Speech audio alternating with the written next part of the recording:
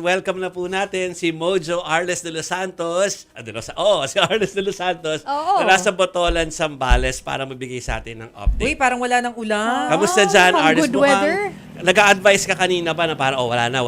Ibig sabihin nun, good news yun. So go ahead. Give us the good news. Malayo na nga ang Jovi, panahon na Chiki at Masem, nararanasan dito. malayo na nga ang panahon na nararanasan dito sa lalawigan ng Zambales kumpara sa mga unang araw na tayo ay nag-cover. No?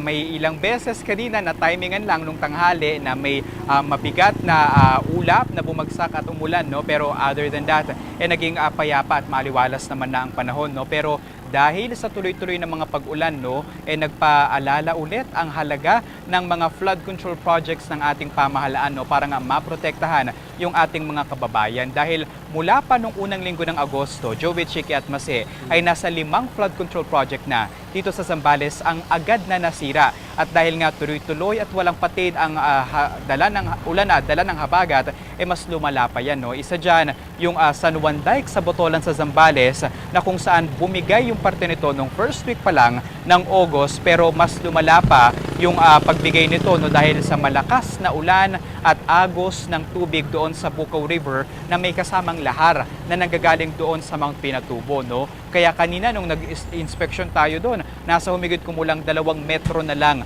yung kapal nito. No? At ang pangamba ng mga residente, kapag nagdire-diretso to, baka pumasok na nga sa kanilang mga komunidad at 10 barangay ang malubog sa baha. No? Kaya sa ngayon, ang kanilang panawagan ay malagyan ito ng pondo dahil 2009 pa daw nang huli itong na-repair. Pero hindi lamang dito sa Botolan, naranasan ang epekto at ang agupit ng habagat, kundi ganun din sa Santa Fe, sa San Marcelino, sa Zambales, kung saan halos bubong na lang ang kita sa mga kabahayan sa Santa Fe dahil umapaw ang Santa Fe River at nasira din yung kanilang tulay na ginagamit sana para magpalipat-lipat sa 2 sityo at ngayon ay nasa 600 hanggang 7 mga pamilya ang apektado doon. Nung tinanong natin kung ano nga ba yung long-term position at plans ng lokal na pamahalaan o munisipalidad ng San Marcelino, ang gusto raw sana nila permanent relocation. Pero limitado ang kanilang pondo at ang pangalawa ay wala raw silang espesipikong lugar na papaglilipatan ng mga residente.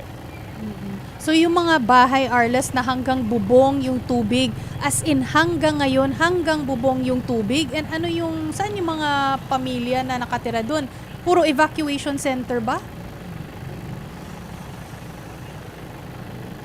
Actually, Chiki, mas malala pa sa tubig yung laman ng bahay dahil buhangin mismo yung nakapasok doon sa mga bahay. No? At nang tinanong natin ang lokal na pamahalaan kung ano ba yung kanilang pwedeng gawin para matanggal ito at maiwasan na, yan din daw ang kanilang tanong. Sa ngayon, hahanap daw muna sila ng diskarte kung paano nga maaalis ang mga buhangin na ito. Habang yung mga pamilya naman na nakatira sa mga bahay na yon ay nasa itaas or mataas na area muna, nag-evacuate malayo doon sa bahay nilang nalubog ng buhangin. Baka hindi magamit na ang bahay na yun, buhangin. Oo, buhangin. Tulad ng Tubig mga at nangyari sa buhangin. Pampanga dati. Lahar time. Anyway, magpasalamat muna tayo. Arles, thank you for all the reports dyan sa area na kinover mo. Hindi lang ngayon, maski nung kahapon. Thank you very much. Ingat, Thanks, Arles. Arles.